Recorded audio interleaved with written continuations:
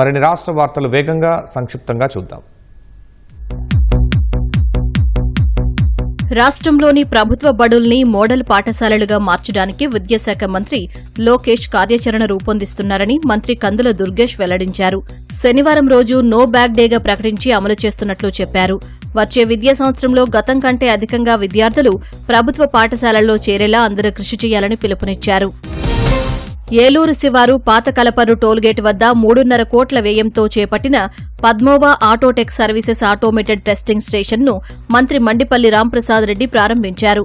ఆధునిక సాంకేతిక పరిజ్ఞానంతో వాహనాల ఫిట్నెస్ పరీక్షలు నిర్వహించడం ద్వారా రోడ్డు భద్రత మరింత మెరుగుపడుతుందని మంత్రి తెలిపారు.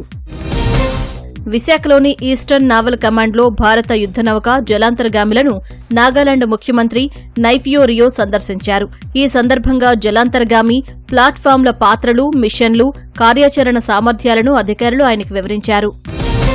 విశాఖ సింహాచలంలో చందనోత్సవం రోజున శ్రీ వరాహ లక్ష్మీ నరసింహస్వామి వారి దేహంపై నుంచి తీసిన చందనం విక్రయాలను అధికారులు ప్రారంభించారు. ఒక్కో భక్తుడికి ఆధార్ కార్డు ఆధారంగా ఒక పొట్లాన్ని 10 రూపాయల చొప్పున అందజేశారు. తొలి రోజు 1000 మంది భక్తులకు చందనం విక్రయించినట్లు ఈవో తెలిపారు.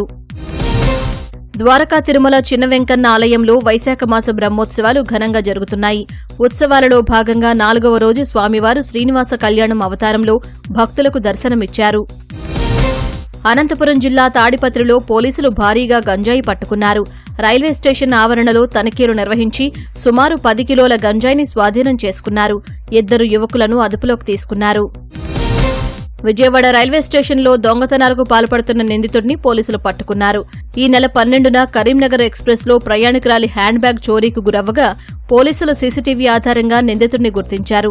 3 కేసులకు సంబంధించి 60 గ్రాముల బంగారు ఆభరణాలు, ల్యాప్టాప్, మొబైల్ ఫోన్లు స్వాధీనం చేసుకున్నారు. గుంటూరులో క్రికెట్ బెట్టింగ్కు పాల్పడుతున్న 9 మంది నిందితులను అరెస్టు చేసినట్లు ఎస్పీ వకుల్ జిందాల్ తెలిపారు. నిందితులందరూ ఐపీఎల్ మ్యాచ్లకు సంబంధించిన 4 ఆన్లైన్ బెట్టింగ్ సైట్ల ద్వారా లావాదేవీలు సాగిస్తున్నట్లు గుర్తించామన్నారు.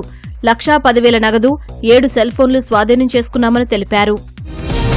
కడప జిల్లా చాపాడు మండలం ఓబులరెడ్డిపేటలో కన్న తండ్రిని 16 ఏళ్ల కుమారుడు హతమార్చాడు. మద్యానికి బానిసైన తండ్రి తల్లిని తరచూ వేధిస్తూ ఉండడంతో భరించలేని కుమారుడు కత్తితో దాడి చేసి హతమార్చాడు.